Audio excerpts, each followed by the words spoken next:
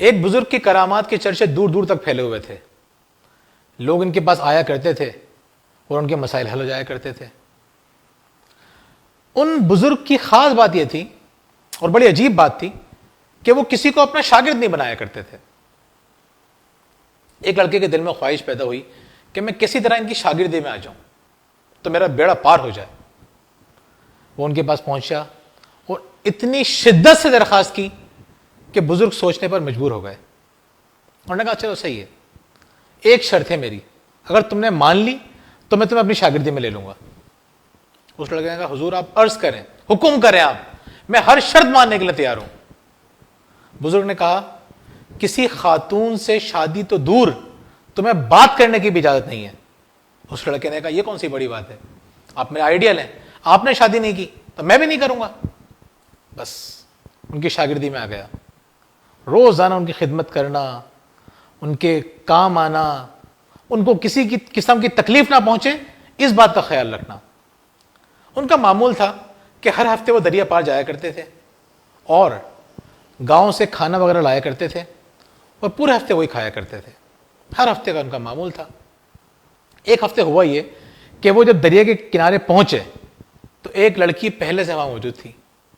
لڑکی نے بزرگ سے کہا کہ میں اکیلی ہوں, مجھے ڈر لگ رہا ہے, آپ انہیں دریا پار چھوڑ دیجئے. بزرگ نے اس کی بات سنی انسنی کی اور آگے بڑھ گئے.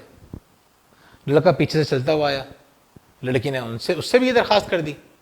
لڑکے نے اس لڑکی کا ہاتھ پکڑا اور چلنا شروع ہو گیا. جب بزرگ نے یہ چیز دیکھی تو ان کو شدید غصہ آیا. اپنی لاٹھی کو پانی میں تیز تیز گاڑتے ہوئے چلنا شروع ہو گئے. دریا پار ہوا. لڑکے نے لڑکی کو چھوڑا, لڑکی اپنے راستے میں چلے گئی. بزرگ اپنے گھر کی طرف تیز تیز قدموں سے بڑھے. لڑکا پریشان ہوا کہ ہوا کیا ہے. بزرگ گھر میں گھسے اور جا کے دروازہ بند کر دیا. لڑکا پیچھے سے آیا, اس نے کہا مجھے بتائیے تو صحیح کہ ہوا کیا ہے, آپ اتنے ناراض کیوں ہیں. انہوں نے کہا تم میرے شاگردی میں نہیں رہ سکتے, میں نے تمہیں منع کیا تھا نا کسی لڑکی سے بات نہیں کرنا, تم نے اس کا ہاتھ پکڑ لیا. لڑکے نے ایک ایسی بات کی کہ جس نے بزرگ کی نظروں میں اس کی عزت اور بڑھا دی. اس لڑکے نے کہا کہ میں تو اس لڑکی کو دریا کے پاس چھوڑ کے بھی آ گیا, آپ اس لڑکی کو ابھی تک اپنے ساتھ لے کے گھوم رہے ہیں. ہم یہی تو کرتے ہیں اپنی زندگی میں. جب گھر میں ہوتے ہیں تو آفس ساتھ لے کر آتے ہیں, جب آفس جاتے ہیں تو گھر ساتھ لے کر جاتے ہیں. نہ گھر میں خوش رہتے ہیں, نہ آفس میں اپنی پرفارمنس دے پاتے ہیں.